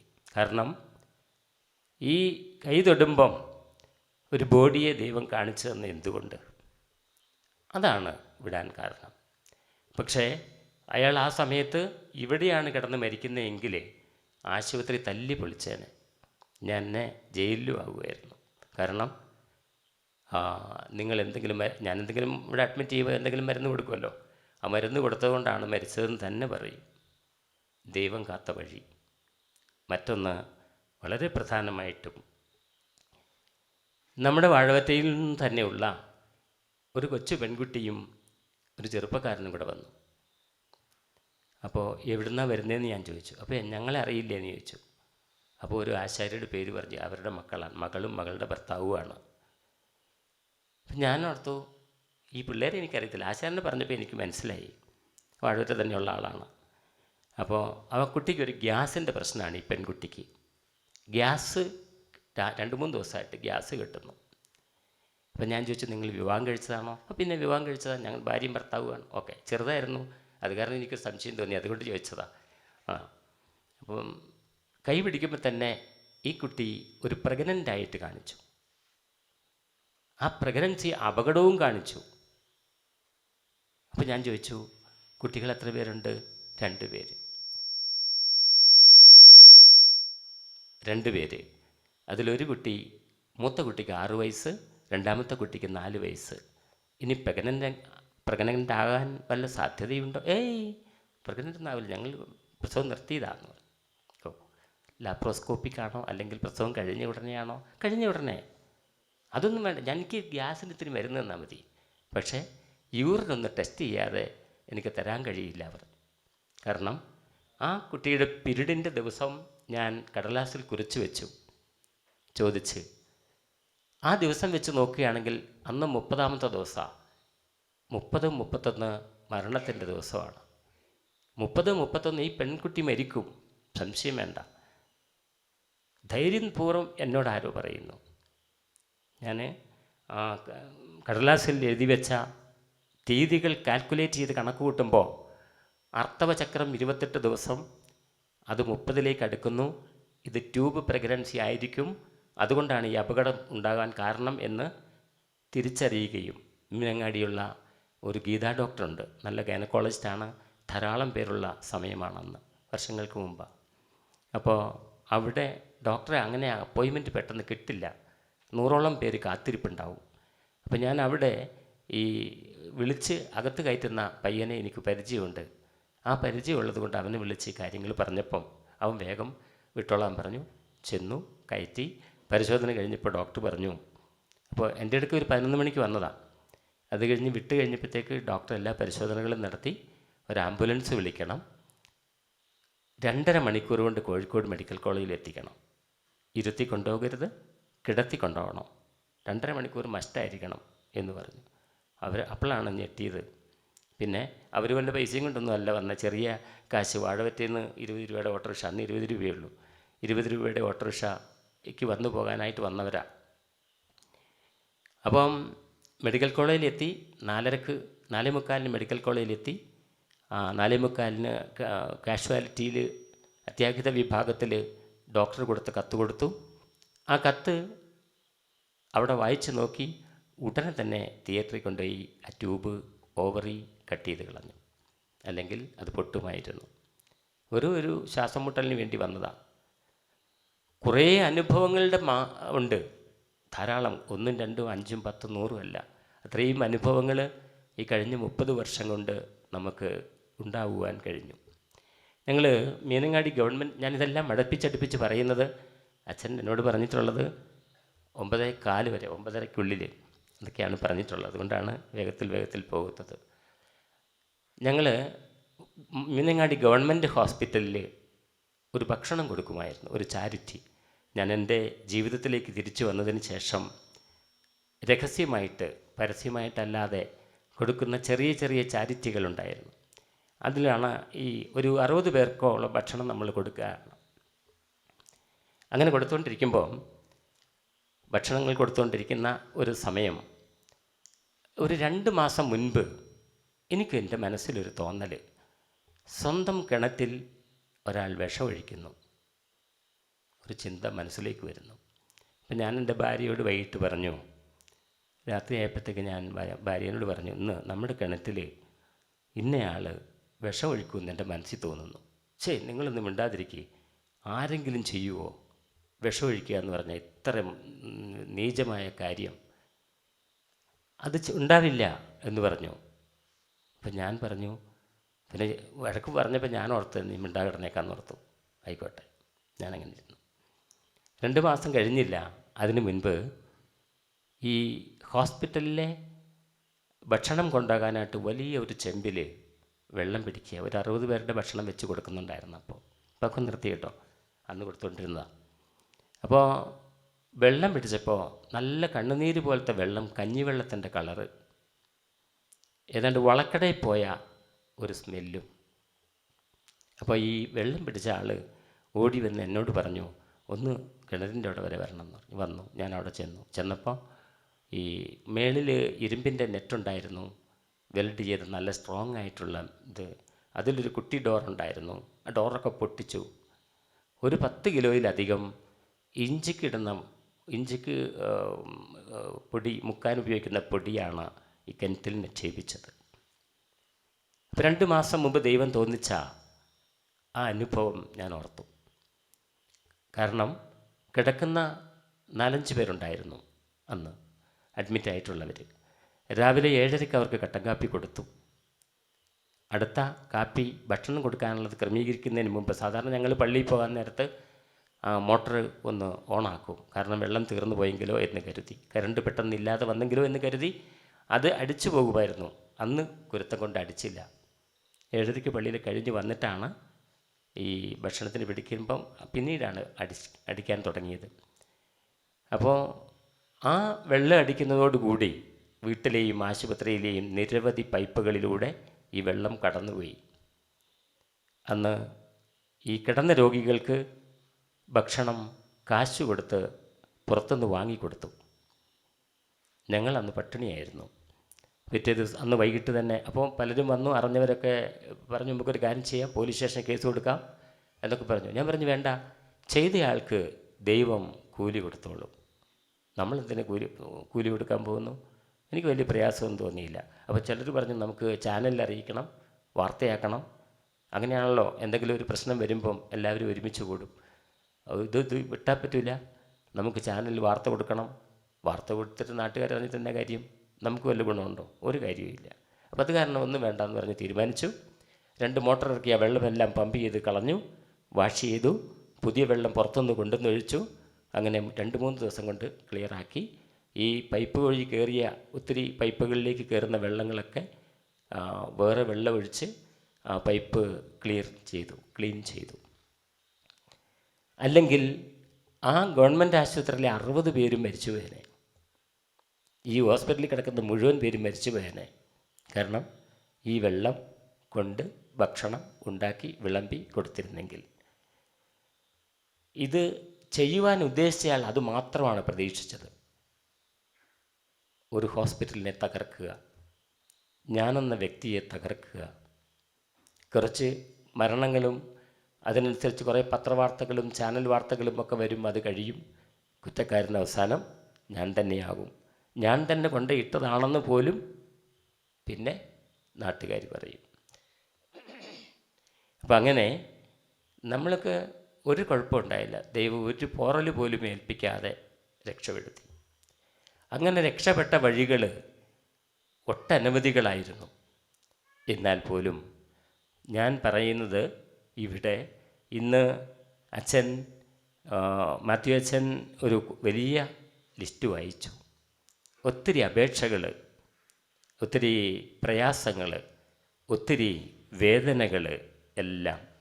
പക്ഷേ ഞാൻ ആദ്യം സൂചിപ്പിച്ച വചനമാണ് ഇതിനെല്ലാം നിങ്ങൾക്ക് ഉത്തരം കിട്ടേണ്ടത്. അപ്പം അതുകൊണ്ട് തളരരുത്. നാം എത്ര തളർന്നാലും അത് വിശ്വാസത്തിൽ നിന്ന് മാറി വ്യതിചലിച്ച് പോകുമ്പോഴാണ് നമ്മളുടെ കൂടെ പ്രതിസന്ധികളും പ്രശ്നങ്ങളും കടന്നു വരിക. ആത്മാർത്ഥതയോടുകൂടി നാം ദൈവത്തോടു കൂടെ ആയിരിക്കുമ്പോൾ, വിശ്വാസത്തോടുകൂടി നീ ദൈവത്തെ നോക്കിയാൽ നിനക്ക് ഉത്തരം കിട്ടും എന്ന ആ ഗാനം എന്നും നിങ്ങളുടെയൊക്കെ മനസ്സിൽ ഉണ്ടാകണം. അത് എനിക്കും മനസ്സിലുണ്ടായതുകൊണ്ടാണ് ഞാനിപ്പോൾ ഇവിടെ ഈ വിശുദ്ധ ബലിവേദിക്കരികിൽ നിങ്ങളുടെ മുമ്പിൽ എന്നെ അറിയുന്ന എൻ്റെ പരിചയക്കാരുടെ മുൻപിൽ, കുറച്ച് പേർ പരിചയമില്ലാത്തവരുണ്ട്, ഒക്കെ നിൽക്കാൻ എനിക്ക് കഴിഞ്ഞത്. അപ്പം നമ്മൾ ഒരു കഥയും കൂടെ പറഞ്ഞേക്കാം. കഥയല്ല, സംഭവമാണ്. ഒരു പള്ളിയിൽ ഒരു സെമിത്തേരിയിലുണ്ടായ അനുഭവം. ഒരമ്മയ്ക്ക് 5 പെൺമക്കളായിരുന്നു. ഭർത്താവ് നേരത്തെ മരിച്ചുപോയി. അവരുടെ വിവാഹം ഒന്നും നേരാവണ്ണം നടക്കുന്നില്ല. ഈ 5 മക്കളുടെയും പ്രയാസത്തോടു കൂടിയുള്ള വിവാഹം നടന്നു. അവസാനം എങ്ങനെ? ഒരു പൈസ കയ്യിലില്ലായിരുന്നു, അതുകൊണ്ട് നടക്കാൻ വിഷമമായിരുന്നു. ആരൊക്കെയോ സഹായിച്ച് ഇവരുടെയൊക്കെ വിവാഹം നടന്നു. പക്ഷേ 5 വീട്ടിലും, 5ഉം ഒന്നിച്ചല്ല കേട്ടോ, 5 ഘട്ടങ്ങളായിട്ട് 5 വീട്ടിലും പ്രശ്നങ്ങളായിരുന്നു. അമ്മായിമ്മപ്പോര് എന്ന് പറയുമ്പോൾ ഇവിടെ ഇരിക്കുന്ന അമ്മായിമാർക്ക് എന്നോട് ദേഷ്യം തോന്നുമായിരിക്കും. ദേഷ്യമൊന്നും തോന്നണ്ട, ഇപ്പോഴത്തെ പോലെ അല്ലല്ലോ. ഇപ്പോൾ പുതിയ ന്യൂ ജനറേഷനാണ്. ഇപ്പം അമ്മായിമ്മപ്പോരും കൊണ്ട് ചെന്നാൽ ചിലപ്പം കരാട്ടെ പോസിൽ നിന്ന് അങ്ങോട്ട് തിരിച്ച് 2 കുത്ത് തന്നാൽ മൂക്കിൻ്റെ പാലം ഒടിയാൻ തക്ക കഴിവുള്ള പെൺകുട്ടികളാണ് ഇന്നത്തെ ന്യൂ ജനറേഷൻ. പണ്ട് ഈ പാവം മുണ്ടും ചട്ടയെടുത്ത അമ്മമാരല്ലേ, അവർ വലിയ കഷ്ടപ്പാടും പട്ടിണിയും ദുരിതവും പ്രയാസവും ഒക്കെ കടന്നു വരുമ്പം അന്ന് കല്യാണം കഴിച്ച് വന്ന പെൺമക്കൾക്ക് എനിക്ക് കിട്ടിയ സുഖം അവർക്ക് എന്തിനു കിട്ടണം എന്ന് ആഗ്രഹിച്ചു പോയതൊരു തെറ്റാണോ? അല്ല. ആ ഒരു തെറ്റുകൊണ്ടുണ്ടായ ചെറിയ പ്രശ്നങ്ങളാണ് ഈ തട്ടും മുട്ടൊക്കെ ഉണ്ടായത്. പക്ഷേ ചില പെൺകുട്ടികൾക്ക് പിടിച്ചു നിൽക്കാൻ പറ്റാതെ വരും. അങ്ങനെ ഈ മൂത്ത മകൾ മേരി എന്ന് പേരുള്ള അവളുടെ അമ്മായിമ്മയെ കൊണ്ട് ഒരു രക്ഷയില്ലായിരുന്നു. അച്ഛന്മാർ ഒത്തിരി പേര് പഞ്ചായത്ത് പറഞ്ഞു നോക്കി, ഇടവകയിൽ മാറി വരുന്ന അച്ഛന്മാർ പഞ്ചായത്ത് പറഞ്ഞു നോക്കി, പഞ്ചായത്ത് വാർഡ് മെമ്പർമാർ, പഞ്ചായത്ത് പ്രസിഡൻറ്റുമാരൊക്കെ പറഞ്ഞു നോക്കി, ഒരു രക്ഷയില്ല, അടുക്കിയല്ല. 2 പേരും കൂടെ കൂടിയിട്ട് യാതൊരു യോജിപ്പുമില്ല. ദൈവാനുഗ്രഹം കൊണ്ട് ഒരു ദിവസം ഇവർക്കൊരു പശു ഉണ്ടായിരുന്നു. ആ പശു ഈ അമ്മക്കെട്ടൊരു കുത്ത് ആശുപത്രി കൊണ്ട് മരിച്ചുപോയി. അപ്പോൾ സന്തോഷമായല്ലോ എന്നോർത്ത് ഇങ്ങനെ ഇരുന്നു. ശവാടക്കിന് ഈ ചേട്ടത്തി അനിയത്തിമാരെല്ലാവരും ഒരുമിച്ച് കൂടി. ശവാടക്ക് കഴിഞ്ഞിട്ട് ഈ മേരിയുടെ അനിയത്തിമാർ 4 പേരും കൂടെ കൂടിയിട്ട് സിമിത്തേരിയിൽ നിന്ന് പോരുന്നില്ല. അവരെന്തൊക്കെയോ പറഞ്ഞുകൊണ്ട് നിൽക്കുന്നു. അപ്പോൾ അവർക്ക് തോന്നി, ഇത് ഈ മേരിയുടെ ഭർത്താവിന് തോന്നി 2 ദിവസമായിട്ട് ഉറങ്ങിയിട്ടില്ല, മര്യാദയ്ക്ക് ഭക്ഷണം കഴിച്ചിട്ടില്ല, പിന്നെ ഇവളെന്നെ ഓർത്തുകൊണ്ടായിരിക്കും പോലും ഈ സിമിത്തേരിയിൽ ഇങ്ങനെ വർത്താനം പറഞ്ഞിരിക്കുന്നു. ബാക്കി എല്ലാവരും പോയി. ശവാടക്കിന് വന്ന കുറച്ച് പേരെ ഉണ്ടായിരുന്നല്ലോ, എല്ലാവരും പോയി. ഇവർ 4 പേര് മാത്രം സിമിത്തേരി നിൽക്കുക. അപ്പോൾ അന്വേഷിച്ചപ്പോൾ എന്താ സംഭവം എന്നറിയോ? അനിയത്തിമാർക്ക് എല്ലാവർക്കും വേണം ഈ പശുവിനെ. എന്ത് വില കൊടുത്താലും ഈ പശുവിനെ തന്നെ. ഒരനിയത്തി പറഞ്ഞു, ഞാൻ ഇൻസ്റ്റാൾമെൻ്റായിട്ട് തരാം, മറ്റാര് തരുന്നേക്കാൾ കൂടുതൽ പൈസ ചേച്ചിക്ക് തരാം. ഒരാൾ പറഞ്ഞു, ഞാൻ റെഡി ക്യാഷ് തരാം, ബാങ്കിൽ നിന്ന് ലോൺ എടുത്ത് തരാത്താലും വേണ്ടിയില്ല. ഇപ്പം എന്തിനാ ഈ 4 പേരും ഈ പശുവിനെ വേണമെന്ന് ആഗ്രഹിച്ച് എന്താണെന്ന് നിങ്ങൾക്ക് മനസ്സിലായല്ലോ. എല്ലാവർക്കും മനസ്സിലായില്ലേ? മനസ്സിലായി. അപ്പോൾ അങ്ങനെ അവിടെ നിൽക്കട്ടെ. അപ്പോൾ നമ്മൾ ഓർക്കണം, വീട്ടിൽ ചെറിയ ചെറിയ പ്രശ്നങ്ങളൊക്കെ ഉണ്ടാകാം. അത് വലുതാക്കി ചിന്ന ഭിന്നമാക്കും വിധത്തിൽ, വേറിട്ട് പോകുന്ന വിധത്തിൽ ആക്കാൻ ശ്രമിക്കരുത്. കാരണം ഇന്ന് മക്കളൊക്കെ വളരുന്നുണ്ട്. എങ്ങനെയാണ് വളരുന്നറിയോ? നമ്മുടെയൊക്കെ മക്കൾ പുറത്തു പോയി പഠിക്കുന്നത് എങ്ങനെയാണെന്ന് നിങ്ങൾക്ക് ആർക്കെങ്കിലും അറിയുമോ? ഞാൻ ഈ മേഖലയിൽ ഇരുന്നത് കൊണ്ട് കുറേ കാര്യങ്ങൾ മനസ്സിലായി. ഞാൻ വയനാട്ടിലെ ഒരു വലിയ സ്കൂൾ, 1900 കുട്ടികൾ പഠിക്കുന്ന സ്കൂളിൽ 7ാം ക്ലാസ് മുതൽ 12ാം ക്ലാസ് വരെയുള്ള കുട്ടികൾക്ക് ഒരു ക്ലാസ് എടുക്കാൻ പോയി. ഞാൻ 2015-16 വയനാട് ജില്ലയിലുള്ള മുഴുവൻ സ്കൂളുകളിലും, ഏകദേശം മുഴുവൻ സ്കൂളുകളിലും കുട്ടികൾക്ക് ക്ലാസ് എടുക്കാൻ വന്നിട്ടുണ്ട്. പല സ്കൂളുകളിലും പാരൻസിന് ക്ലാസ് എടുക്കാൻ വന്നിട്ടുണ്ട്. താമരശ്ശേരി രൂപതയിലുള്ള എല്ലാ പള്ളികളിലും, കുടുംബ കൂട്ടായ്മകളിലും ഒക്കെ, ഫൊറോനകളിലും ഇടവക ദേവാലയങ്ങളിലുമൊക്കെ ക്ലാസ് എടുക്കാൻ പോയിട്ടുണ്ട്. അപ്പോൾ അതുകൊണ്ടാണ് ഞാൻ ഈ കാര്യങ്ങളൊക്കെ നിങ്ങളുടെ മുമ്പിൽ വയ്ക്കുക. അന്ന് ഈ കുട്ടികൾക്ക് ക്ലാസ്സൊക്കെ എടുത്ത് തിരിച്ചു വന്ന് പ്രിൻസിപ്പൾ ഒരു ചായ തന്നു ഓഫീസിൽ വെച്ച്. ആ ചായ കഴിച്ച് പുറത്തിറങ്ങുമ്പോൾ, വണ്ടിയിലേക്ക് പോകാൻ തുടങ്ങുമ്പോൾ ഒരു ടീച്ചർ കരഞ്ഞുകൊണ്ട് എൻ്റെ അടുക്ക് വന്നു. ടീച്ചർ എന്നോട് ചോദിച്ചു, ആ സ്കൂളിലെ ടീച്ചർ +2 അധ്യാപിക. 2 വാക്ക് സംസാരിക്കാൻ സമയം തരുമോ? തീർച്ചയായിട്ടും. അങ്ങനെ ഞങ്ങൾ രണ്ടുപേരും കൂടെ നടന്നുകൊണ്ട് ആ ഗ്രൗണ്ടിലൂടെ നടക്കുകയാണ്. നടക്കുമ്പോൾ ടീച്ചർ എന്നോട് പറഞ്ഞു, എനിക്ക് ഒറ്റ മകനേ ഉള്ളൂ, ഈ സ്കൂളിലെ +1 വിദ്യാർത്ഥിയാണ്. കണ്ണുനീരിങ്ങനെ ഒഴുകുക. അപ്പം എന്താണ് പ്രശ്നം? ഭർത്താവ് എന്ത് ചെയ്യുന്നു? ഭർത്താവ് ബാങ്ക് മാനേജറാണ്. ഇപ്പോൾ ഇടുക്കിയിലാണ്. മുൻപ് സ്ഥലത്തായിരുന്നു, വയനാട്ടിൽ തന്നെയായിരുന്നു.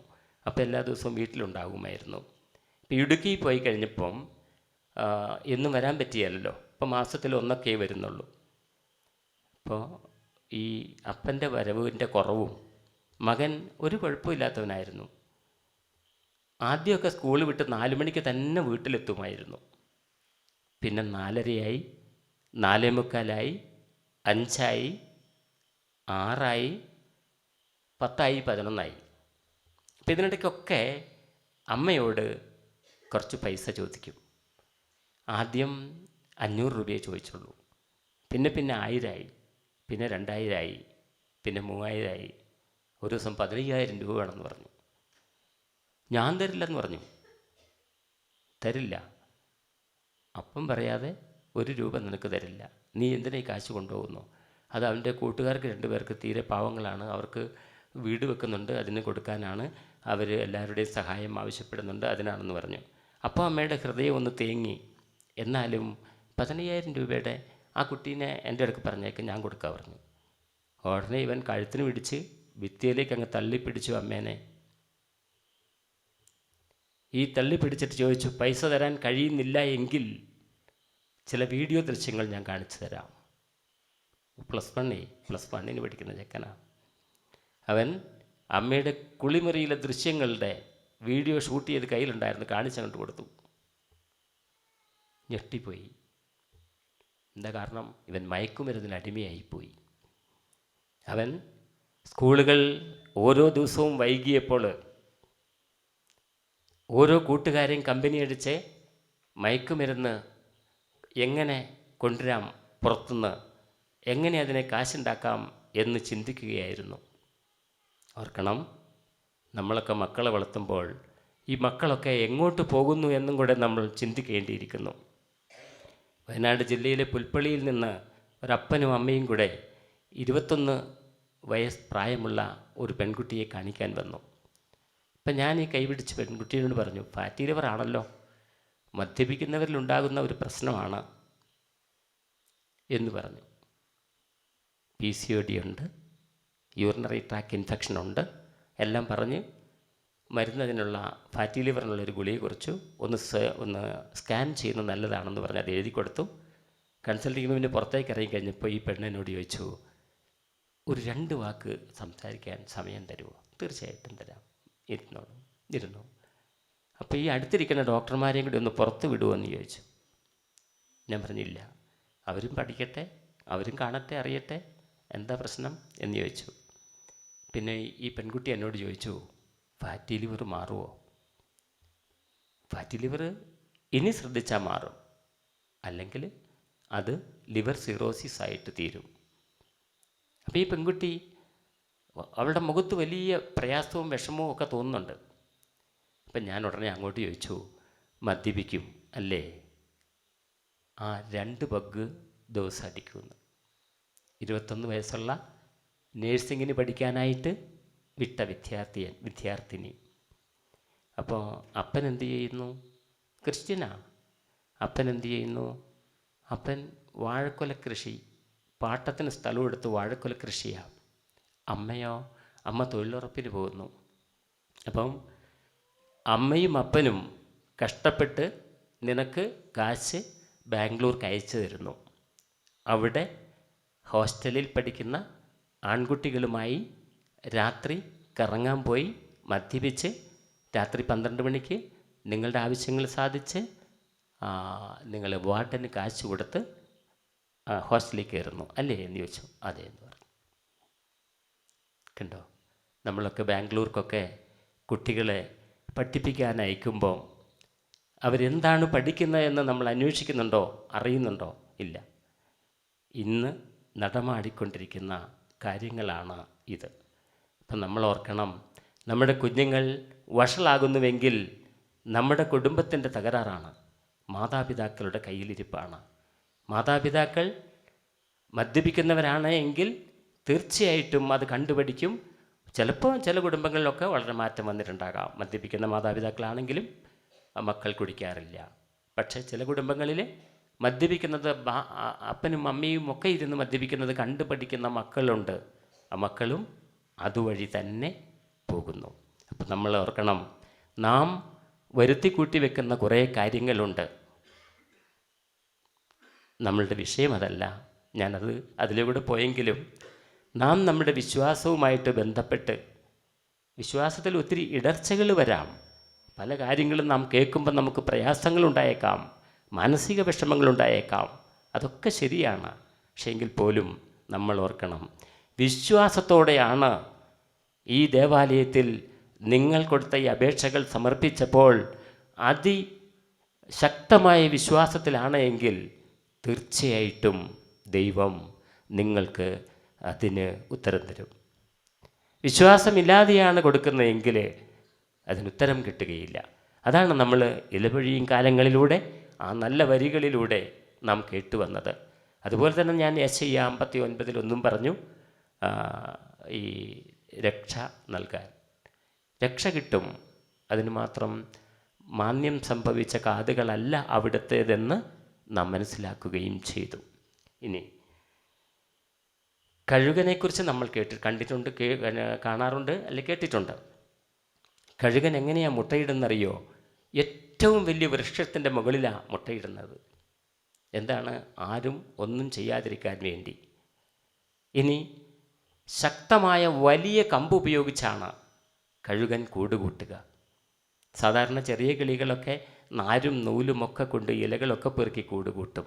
പക്ഷെ കഴുകൻ അങ്ങനെയല്ല, വലിയ കമ്പുകൾ ഉപയോഗിച്ച് കൂടുകൂട്ടും. അതിൽ മുട്ടയിടും, അടയിരിക്കും, കുഞ്ഞു വിരിയും, കുഞ്ഞ് വളർന്നു വരും, പപ്പും തൂവലുമൊക്കെ വെക്കും. അപ്പോൾ കഴുകൻ ചെയ്യുന്ന എന്താണെന്നറിയോ? ഓരോ കമ്പ് ഓരോ ദിവസവും ഒഴിവാക്കും. അപ്പോൾ അള്ളി പിടിച്ച് അടുത്ത കമ്പേ കയറിയിരിക്കും. അവസാനം ഒരു കമ്പ് മാത്രമാകും. ഏറ്റവും അവസാനം ഈ കഴുകൻ ആ കമ്പ് ഊരുമ്പോൾ കൂട്ടിയിൽ നിന്ന് പറക്കാനറിയാത്ത കഴുകൻ കുഞ്ഞുങ്ങൾ താഴോട്ട് പറക്കുന്നു, താഴോട്ട് വീഴുന്നു. പക്ഷേ കഴുകൻ മുൻപേ പോകും, ചിറക് വിരിച്ച് ആ ചിറകിൽ താങ്ങും. വീണ്ടും കഴുകൻ ഒന്ന് ചെരിക്കും. ആകാശത്തൂടെ പറക്കുന്ന കഴുകൻ ചിറകൊന്ന് ചെരിക്കുമ്പോൾ വീണ്ടും താഴെ പോകും കൈവിട്ട്. അപ്പോഴും കഴുകൻ അതിന് മുൻപേ ഓടി ആ ചിറകിൽ താങ്ങും. കണ്ടോ? കുഞ്ഞുങ്ങളെ പറക്കാൻ പഠിപ്പിക്കുന്നതാണ്. അപ്പം ഈ പറക്കാൻ പഠിപ്പിക്കുമ്പം ഈ അമ്മ കഴുകൻ ആ കുഞ്ഞുങ്ങളെ താഴോട്ടിട്ട് കളി പഠിപ്പിക്കുക. അവസാനം സ്വന്തം കാലിൽ നിൽക്കാനാകുമ്പോഴാണ് ഈ കഴുകൻ പറന്നുയരുക. അപ്പം നമ്മുടെ ജീവിതത്തിൽ അനർത്ഥങ്ങളും ബുദ്ധിമുട്ടുകളും പ്രയാസങ്ങളും ഒക്കെ ഉണ്ടാവും. ചിലപ്പോൾ നമ്മുടെ ഉദ്ദേശിക്കുന്ന കാര്യങ്ങളൊന്നും നടക്കാതെ പോകും. വിവാഹം കഴിക്കാതെ നിൽക്കുന്ന എത്രയോ കുട്ടികൾ, എത്രയോ ആൺകുട്ടികൾ, എത്രയോ പെൺകുട്ടികൾ, വീടില്ലാത്ത എത്രയോ ആളുകൾ, ഒരു നേരത്തെ ഭക്ഷണം കഴിക്കാൻ പ്രയാസപ്പെടുന്നവർ. ചിലർ എല്ലാവരുടെയും മുമ്പിൽ കൈ നീട്ടി നടക്കും, പക്ഷെ ചിലർ കൈ നീട്ടാൻ പോവുകയില്ല. അപ്പം അതുകൊണ്ട് നമ്മൾ ഓർക്കണം, ഇതിനൊക്കെ ഈ തകർച്ചയും തളർച്ചയും ഒക്കെ ഒരു കയറ്റത്തിനൊരു ഇറക്കമുണ്ട്. ഒരു കയറ്റത്തിനൊരു ഇറക്കമില്ലെങ്കിൽ ആ കയറ്റം മാത്രമായി പോയ കാര്യമുണ്ടോ? ഇല്ല. അപ്പം നമ്മൾ ഓർക്കണം, പ്രതിസന്ധികളും പ്രയാസങ്ങളും പ്രശ്നങ്ങളും നമ്മുടെ ജീവിതത്തിലേക്ക് കടന്നു വരുമ്പോൾ തളരാതെ പതറാതെ അതിനെ ശക്തമായി നേരിടാൻ വേണ്ടിയുള്ള ധൈര്യം നാം സംവഹിക്കുക. അത് നമുക്ക് കിട്ടേണ്ടത് ബലിവേദിയിൽ നിന്നാണ്. നിങ്ങൾ ഈ ദേവാലയത്തിൽ വന്ന് പ്രാർത്ഥിക്കുമ്പോഴും നിങ്ങളുടെ ആവശ്യങ്ങൾ എഴുതി ഇവിടെ വായിച്ചപ്പോഴും ആ സ്തുതിപ്പിൽ അച്ഛൻ എടുത്തെടുത്ത് ഓരോ കാര്യങ്ങൾ പറയുമ്പോഴും നമുക്ക് ഗുണം കിട്ടും, നമുക്ക് പ്രതിഫലം കിട്ടും, ആ ചോദ്യത്തിൻ്റെ ഉത്തരം കിട്ടും എന്ന വലിയ പ്രതീക്ഷയോടെ ഇരിക്കുക. ഞാൻ ആദ്യം സൂചിപ്പിച്ചല്ലോ, മരിക്കാൻ പോയി മരിച്ചു എന്നറിഞ്ഞ ആളാണ് ഞാൻ. അപ്പോൾ അന്ന് എനിക്ക് ഇതിനോടൊക്കെ ഒരു താല്പര്യമില്ലായിരുന്നു. പള്ളിയിൽ പോവും, ഒരു രസത്തിന് പള്ളിയിൽ പോവും, പള്ളിക്കൂട്ടത്തിൽ വേദപാഠം പഠിപ്പിക്കുകയൊക്കെ പോരും. പക്ഷെ താല്പര്യമില്ലായിരുന്നു. പക്ഷെ താല്പര്യം വന്നു. ആ താല്പര്യം വന്നപ്പോൾ ഒത്തിരി കാര്യങ്ങളിലൂടെ അനുഗ്രഹമായി എനിക്ക് കിട്ടി. ഈ രോഗികളിൽ നിന്ന് തന്നെയാണ് എനിക്ക് ഏറെ അനുഗ്രഹങ്ങളും ഒക്കെ ഉണ്ടായത്. ഈ അടുത്ത നാളിൽ ഒരു പയ്യൻ, അവൻ 1/2 ഗ്ലാസ് വെള്ളം കുടിച്ചാൽ 1 ഗ്ലാസ് ഛർദ്ദിക്കും. വയനാട്ടിലുള്ള എല്ലാ ആശുപത്രികളിലും കാണിച്ചു. ആന്ധ്ര പുട്ടപർത്തി കൊണ്ടുപോയി ക്യാൻസറിൻ്റെ എല്ലാ ടെസ്റ്റും നടത്തി. എല്ലും തോലുമായി ഈ പയ്യൻ മാറി. 15 വയസ്സ്. 1 മാസം കൂടെ കഴിഞ്ഞാൽ 10ാം ക്ലാസ് പരീക്ഷ. ആ 10ാം ക്ലാസ് പരീക്ഷയ്ക്ക് വേണ്ടി അവന് ഇനി പരീക്ഷ എഴുതാൻ പറ്റില്ല എന്ന മട്ടിലായി. ഒരു മീൻ മാർക്കറ്റിൽ മീൻ വിൽക്കുന്ന ഒരു കാക്കയും തൊഴിലുറപ്പിന് പോകുന്ന ഒരു സ്ത്രീ, അവരുടെ ഭാര്യ, ഈ കുട്ടിയും കൊണ്ട് അവിടെ വന്നു. 3 ദിവസവും ഞാൻ മരുന്ന് കൊടുത്തതിനപ്പുറം ഛർദ്ദിച്ചു. ഒരു രക്ഷയില്ല. അപ്പോൾ കുട്ടിക്ക് ക്യാൻസർ ഇല്ല, മറ്റു രോഗങ്ങളൊന്നുമില്ല.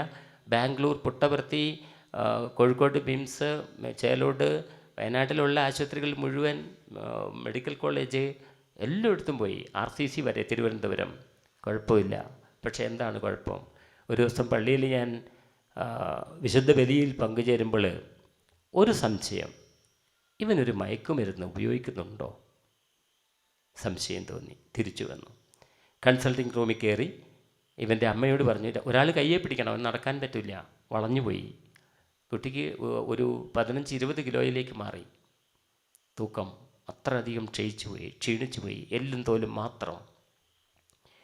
അങ്ങനെ അവൻ്റെ അമ്മയെ വരണ്ട, അമ്മയോട് പറഞ്ഞു കൺസൾട്ടിങ് റൂമിൽ കൊണ്ട് വിട്ടിട്ട് അമ്മയോട് പൊക്കോളാൻ പറഞ്ഞു. കൺസൾട്ടിങ് റൂമിൽ വിട്ടു. അമ്മ പോയി. അപ്പം ഞാൻ ഇവനോട് ചോദിച്ചു, നിൻ്റെ രോഗം ഞാൻ കണ്ടുപിടിച്ചു. ഒന്നും കണ്ടുപിടിച്ചില്ല കേട്ടോ, സത്യത്തിൽ ഞാൻ അങ്ങോട്ട് ശക്തമായിട്ട് പറയുകയാണ്. നിൻ്റെ രോഗമൊക്കെ ഞാൻ കണ്ടുപിടിച്ചു, സത്യം തുറന്ന് പറയണം. പറയുകയാണെങ്കിൽ നിനക്ക് ഈ വർഷം SLC പരീക്ഷ എഴുതാൻ പറ്റും, നല്ല മാർക്ക് മേടിക്കാൻ പറ്റും. അല്ലെങ്കിൽ നീ ഈ ക്ഷയിച്ചു പോകും. അത് കാരണം നീ ധൈര്യമായിട്ട് പറഞ്ഞോളാൻ പറഞ്ഞു. അപ്പോൾ ഇവൻ എന്നെ നോക്കിയിരിക്കുക.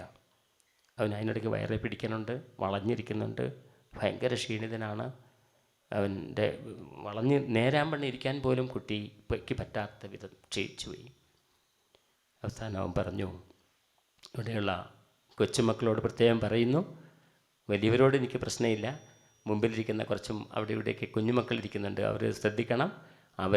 ഞാനീ പറയുന്നത് കേട്ട് ഇനി അതിൻ്റെ പിന്നാലെ പോകരുത്. അപ്പം ഞാൻ ഇവനോട് ചോദിച്ചു, നീ ഒരു മയക്കുമരുന്ന് ഉപയോഗിക്കുന്നുണ്ട്, അതെന്നോട് സത്യം തുറന്ന് പറഞ്ഞോളാൻ പറഞ്ഞു. വയനാട്ടിലെ വലിയൊരു സ്കൂൾ. അവസാനം അവൻ പറഞ്ഞു, 18 പേര് ഉപയോഗിക്കുന്നുണ്ട്, 3 പെൺകുട്ടികളും 15 ആൺകുട്ടികളും. അങ്ങനെ 18 പേരാണ് ഉപയോഗിക്കുന്നത്. അപ്പോൾ ബാക്കിയുള്ളവർക്ക് ഈ പ്രശ്നമില്ലേ? ഇല്ല. നിനക്ക് മാത്രം ഈ പ്രശ്നം എങ്ങനെ വന്നു? അതെന്താണ് അതിൻ്റെ പേര് പറഞ്ഞപ്പോഴാണ് കൂൾ ലിപ്പ്, ഒരു വിക്സ് മിഠായി, കണ്ട ഒരു വിക്സ് മിഠായി, അതാണ്. നിൻ്റെ കയ്യിലുണ്ടോ? അപ്പോൾ ഒന്ന് പരിങ്ങി സാധനം എടുക്ക്, നീ പേടിക്കണ്ട, ഞാൻ നിന്നെ രക്ഷിച്ചോളാം. അങ്ങനെ അവൻ കീശയിൽ നിന്ന് 2 എണ്ണം എടുത്തു. 2 എണ്ണേ ഉണ്ടായിരുന്നുള്ളൂ. ഇവൻ ഇത് രുചിക്കാൻ തുടങ്ങിയ നിമിഷങ്ങൾ മുതൽ അലിയിച്ചതിൻ്റെ വെള്ളം വിഴുങ്ങി. മറ്റുള്ള കുട്ടികൾ 17 പേരും പുറത്തിറങ്ങി തുപ്പിക്കളയുമായിരുന്നു. ഇവൻ ക്ലാസ്സിൽ ഇരുന്ന് കഴിയുമ്പോഴും ഇതുപയോഗിക്കുമായിരുന്നു. അപ്പം ഞാൻ ഇവനോട് ചോദിച്ചു, മോനെ, നിനക്ക് ഇത് കഴിച്ചുകൊണ്ട് എന്താണ് നിൻ്റെ ഗുണം? ഞാനല്ലാതായിത്തീരും, ഒരു പ്രത്യേക എനർജി. നിനക്കാരാ ഇത് തന്നത്? ഇവിടുത്തെ ഒരു കച്ചവടക്കാരനാണ് തന്നത്. പുള്ളി പറഞ്ഞ് എന്നെ വിളിച്ച് നല്ല മിഠായി അട തിന്നോ, പഠിക്കാൻ ബുദ്ധി ഉണ്ടാകും, നല്ല എനർജി ഉണ്ടാകും, നല്ല സൗന്ദര്യം ഉണ്ടാകും, നല്ല നിറമുണ്ടാകും, ഈ മിഠായി ഇടയ്ക്കൊന്ന് വലിയ കഴിച്ചാൽ മതി എന്ന് പറഞ്ഞു. അങ്ങനെ കൊടുത്താൽ പറഞ്ഞു. അപ്പോൾ ഞാൻ ചോദിച്ചു, നിനക്ക് എന്താണ് അനുഭവപ്പെട്ടത്? എനിക്ക് ആര് നോക്കിയാലും നഗ്നമായിട്ടാണ് കാണുക ഇത് കഴിച്ചാൽ. കണ്ടോ, അതിനാണ് അവനിത് വായിലിടുന്നത്. ശരി, ഞാനൊരു കാര്യം ചെയ്യാം. എനിക്കറിയുന്ന ഒരു സർക്കിൾ ഇൻസ്പെക്ടറുണ്ട് എക്സൈസ്, അദ്ദേഹത്തിനെ ഫോൺ വിളിക്കാം. അദ്ദേഹവും അദ്ദേഹത്തിൻ്റെ ഭാര്യയും കുട്ടികളും ഒക്കെ ഇവിടെ കാണിക്കാൻ വരുന്നതാണ്. അങ്ങനെ നല്ല പരിചയമുണ്ട്. അതുകൊണ്ട് ഞാൻ അയാളെ ഒന്ന് വിളിക്കാം. സാറിനോട് എല്ലാ കാര്യങ്ങളും നീ തുറന്നു പറയുമോ, ഒന്നും മറച്ചു വയ്ക്കരുത് എന്ന് പറഞ്ഞു. അപ്പം ഞാൻ എൻ്റെ ഫോണിൽ നിന്ന് ഈ എക്സൈസ് ഇൻസ്പെക്ടറെ വിളിച്ചു. സേവാണ് നമ്പർ. അപ്പം ഞാൻ ചോദിച്ചു, സാറിൻ്റെ മൂക്കിൻ്റെ താഴെ മയക്കുമരുന്ന് ഉപയോഗിക്കുന്ന കുട്ടികളുണ്ട് സ്കൂളിൽ. ഒരു സ്കൂളിൽ 18 സ്കൂളിൻ്റെ പേര് ഞാനിവിടെ പറയുന്നില്ല, അതിന് ആർക്കും ഒരു വിഷമം ഉണ്ടാവണ്ടല്ലോ എന്ന് ഓർത്തിട്ട്. വയനാട്ടിലെ പ്രഗത്ഭമായ ഒരു സ്കൂൾ. ഈ 3 പെൺകുട്ടികളും 18 പേരിൽ 10 പേരും ക്രിസ്ത്യൻസാണ്, ബാക്കിയുള്ളത് മാത്രമാണ് മുസ്ലിംസ് ഉണ്ട്. അങ്ങനെ ഞാൻ ഈ എക്സൈസ് ഇൻസ്പെക്ടറോട് പറഞ്ഞു, ഇവൻ്റെ അടുക്ക് ഞാൻ ഫോൺ കൊടുക്കാം, അവനോട് കാര്യങ്ങളൊന്ന് ചോദിച്ചറിഞ്ഞാൽ. അപ്പോൾ അവൻ എന്നോട് ഏതൊക്കെ കടയെ കിട്ടിയെന്നൊക്കെ എല്ലാം പറഞ്ഞു തന്നു. അപ്പോൾ അതൊക്കെ അവനോട് പറയണമെന്ന് പറഞ്ഞു കഴിഞ്ഞാൽ സാറത് അറ്റാക്ക് ചെയ്ത് അത് ഇന്ന് തന്നെ നടപടി സ്വീകരിക്കും. തീർച്ചയായിട്ടും ഇന്ന് രാവിലെ 10 മണിക്ക്, ഞാൻ 7:30 അദ്ദേഹത്തിന് വിളിക്കുന്നത്, 10 മണിക്ക് തന്നെ ഞാനതിന് പരിഹാരം ഉണ്ടാക്കും. അവനോട് ചോദിച്ചു. 15 മിനിറ്റോളം അവൻ സംസാരിച്ചു. അവനോട് അദ്ദേഹം കാര്യങ്ങളൊക്കെ ചോദിച്ചറിഞ്ഞു. ഏതൊക്കെ ഷോപ്പുകളാണെന്നൊക്കെ ചോദിച്ചെല്ലാം അറിഞ്ഞു കഴിഞ്ഞതിന് ശേഷം പിറ്റേ ദിവസം രാവിലെ 10 മണിക്ക് ഈ 3 സ്ഥലത്തും ഒരുമിച്ച് റെയ്ഡ് ചെയ്തു. റെയ്ഡ് ചെയ്ത് കഴിഞ്ഞിട്ട് ഒരു പൊടി പോലും കിട്ടിയില്ല. അവരുടെ കയ്യിലില്ല, അവരുടെ ഷോപ്പിലില്ല. കടയടച്ചിട്ട് 1.5 മണിക്കൂർ വിക്സ് മുട്ടായിയുടെ പാത്രങ്ങളെല്ലാം നിലത്ത് കുടഞ്ഞിട്ട് ഇങ്ങനെയൊരു സാധനം, ഇതിൻ്റെ ഫോട്ടോ ഞാൻ അയച്ചു കൊടുത്തു, ഇങ്ങനെയൊരു സാധനം ഉണ്ടോ തപ്പി കിട്ടിയില്ല. അവസാനം 2 ദിവസം കഴിഞ്ഞപ്പോൾ ഒരുത്തനെ പൊക്കി. അത് വലിയ ടൈപ്പ്. കാരണം എന്താ വെച്ചാൽ ഈ ഫ്ലോറിൽ ഒരു ടൈല് കട്ട് ചെയ്ത് മാറ്റിയിട്ട് അതിനടിയിലൊരു കുഴിയെടുത്ത് കോൺക്രീറ്റ് ചെയ്ത് ആ ടൈലങ്ങ് വെച്ചേച്ച് അതിൻ്റെ മുകളിൽ മാറ്റി വിരിച്ചേക്കുക. അപ്പോൾ അത് കാരണം പെട്ടെന്ന് എവിടെയും അറിയില്ല. ഷോപ്പുകളിൽ ഈ ഇതിലൊന്നും കാണില്ല. എന്നിട്ട് ഞാൻ അമ്മയെ വിളിച്ചു. അമ്മ ഇത് കാണിച്ചു കൊടുത്തു. കാണിച്ചത് പടച്ച റബ്ബേ, ഇവനോട് ചോദിച്ചപ്പോഴൊക്കെ വിക്സ് മുട്ടായി എന്ന് പറഞ്ഞു. ഞാൻ എപ്പോൾ ചോദിച്ചു അപ്പോഴൊക്കെ അവൻ പറഞ്ഞു വിക്സ് മുട്ടായി തിന്നതിന് ഇപ്പോൾ വല്ല കുഴപ്പമുണ്ടോ, അങ്ങനെ കരുതി എന്ന് പറഞ്ഞു. സത്യത്തിൽ ഈ സ്ത്രീക്ക് അറിയത്തില്ല, ഇതിപ്പം ഇങ്ങനെ പറഞ്ഞു കിട്ടിയത് കൊണ്ട് വന്നതാണ്. പക്ഷെ എന്നാലും നമുക്ക് അവനെ രക്ഷപ്പെടുത്താൻ പറ്റി. ആ പയ്യൻ അതേ വർഷം തന്നെ 10ാം ക്ലാസ്സിൽ പരീക്ഷ എഴുതി. ഒരു എയും ബാക്കി മുഴുവൻ A+ലും ആ കുട്ടി ജയിച്ചു. അവൻ മാറാൻ അവൻ ആഗ്രഹിച്ചു. അതോടുകൂടി എല്ലാം നിർത്തിക്കളയാൻ തീരുമാനിച്ചു. അപ്പം ഇതൊക്കെയാണ് നമ്മുടെ മക്കൾക്ക് സ്കൂളിൽ പോയാൽ കിട്ടുന്ന അനുഭവം. അപ്പം നമ്മൾ ദൈവത്തിലേക്ക് ആഴമായി ദൃഢമായി നമ്മൾ കടന്നു വരികയും ആ വിശ്വാസം നമ്മളിൽ ഉണ്ടാവുകയും അത് നമ്മളുടെ പ്രവർത്തന മേഖലകളിൽ ലയിക്കുകയും ചെയ്യുമ്പോൾ കുറ്റങ്ങളും കുറവുകളൊക്കെ ഉണ്ടാവും, അതൊക്കെ ശരിയാണ്. പക്ഷേ ഓർക്കണം, നാം ചെയ്യുന്ന എന്തായിരുന്നാലും സത്യസന്ധമായിട്ട് വിശ്വസ്തയോടുകൂടി പരമാവധി ബുദ്ധിമുട്ടുകളും പ്രയാസങ്ങളിലൂടെ ആണെങ്കിൽ പോലും ചെയ്യുന്ന ജോലി ആത്മാർത്ഥതയോടുകൂടി ചെയ്യാനായിട്ട് നമുക്ക് കഴിയണം. അപ്പം നമ്മളുടെ മേഖലകളിലുള്ള നമ്മുടെ ജീവിതത്തിൻ്റെ മാറ്റങ്ങളാണ് ഏറ്റവും പ്രധാനമായും നമുക്ക് ദൈവാനുഗ്രഹം നേടിത്തരുക. അപ്പം അതിനു വേണ്ടി വേണം നമ്മൾ ഓരോരുത്തരും ശ്രമിക്കുവാനായിട്ട്. നിങ്ങളിൽ മാറ്റം വരുമ്പോൾ ഉൽപ്പത്തി പുസ്തകത്തിൽ 22 7-ാമത്തെ ഒരു വചനമുണ്ട്.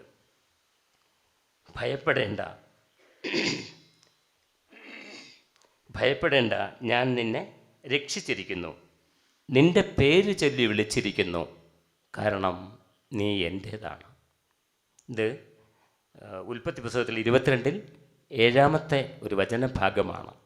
അപ്പം നമ്മൾ ഓർക്കണം, നമ്മൾ ഓരോ കാര്യങ്ങൾ കണ്ടും കേട്ടും ഒക്കെ കടന്നു പോകും.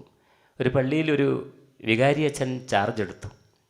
അച്ഛൻ ചാർജ് എടുത്തപ്പോൾ തന്നെ ആ ഇടവക്കാർക്കൊക്കെ വല്ലാത്ത ഒരു വിഷമം. എന്താണ്?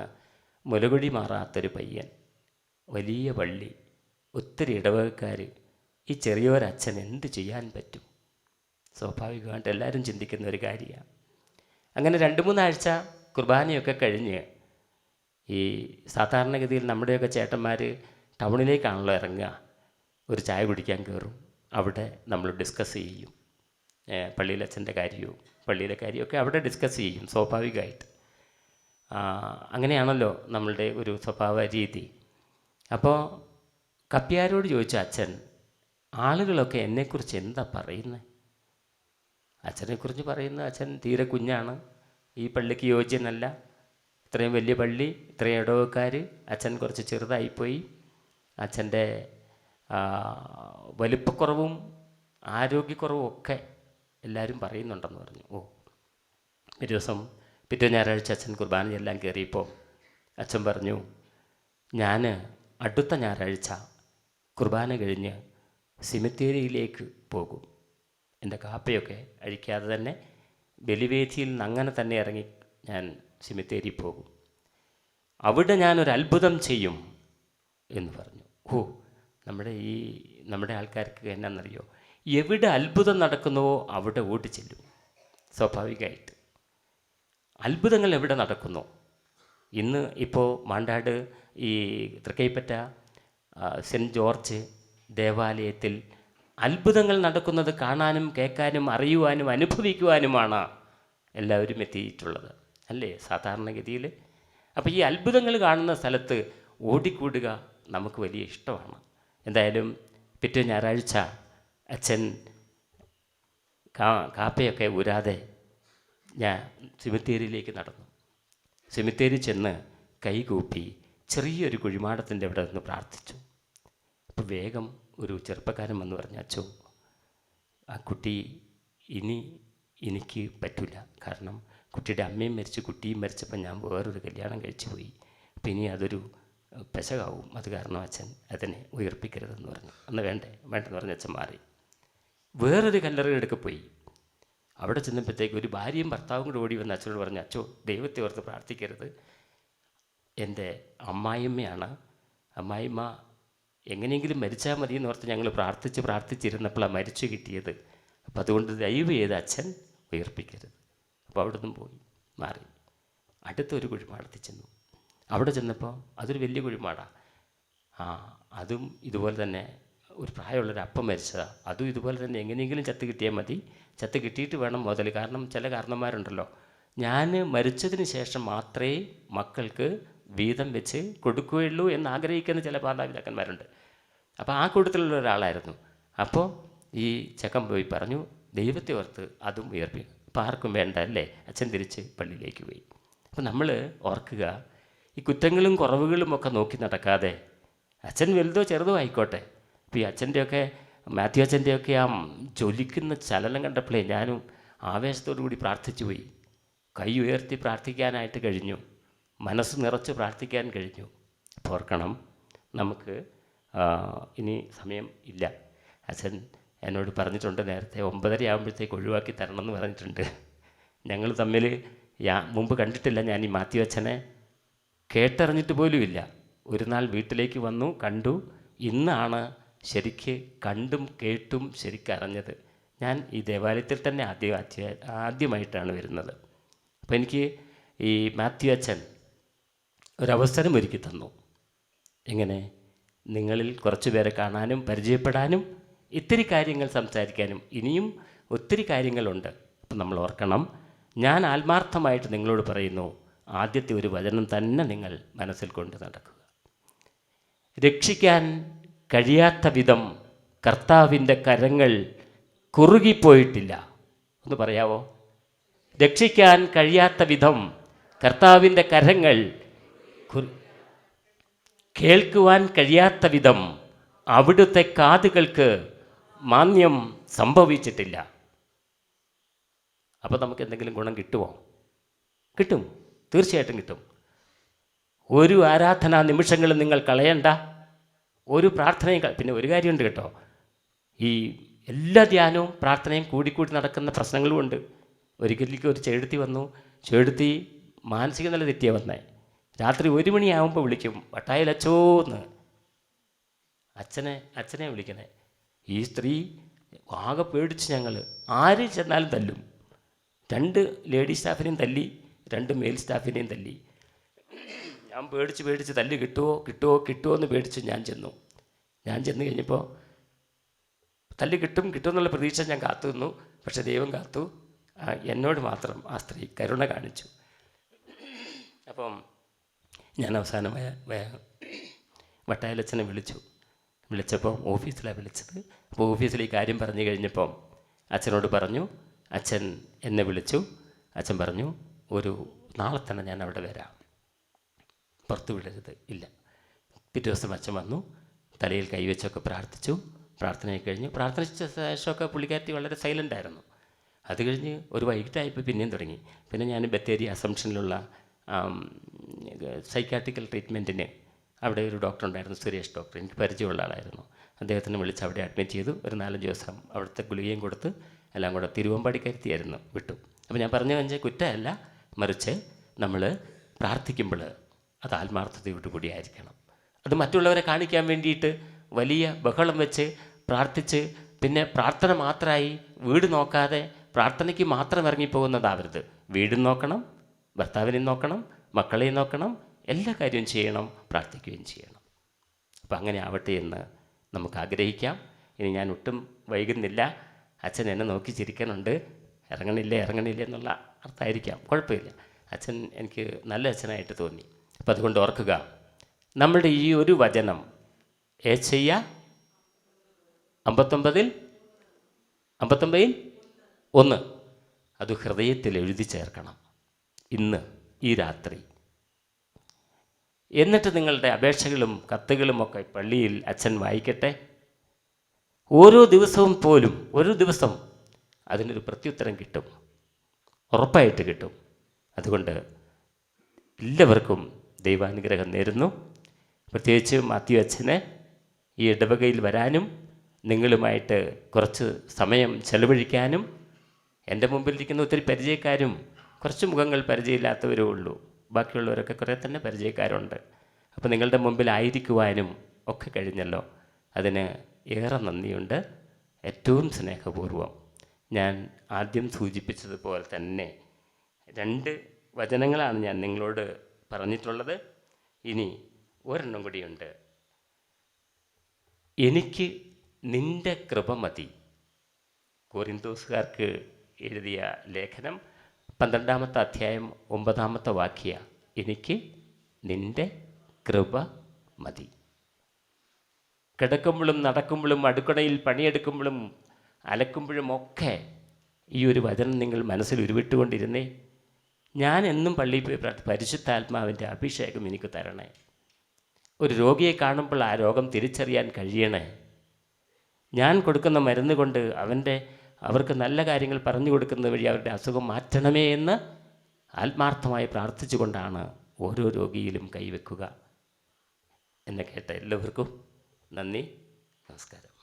സാറിനെ ദിവ്യകാരുണ്യ കണ്ണുകളിലേക്കും ആ ഹൃദയത്തിലേക്കും നമുക്ക് സമർപ്പിക്കാം. അദ്ദേഹത്തിൻ്റെ വിശുദ്ധമായ വിശ്വാസ സഞ്ചാരം, ഡമാസ്കസ് അനുഭവം,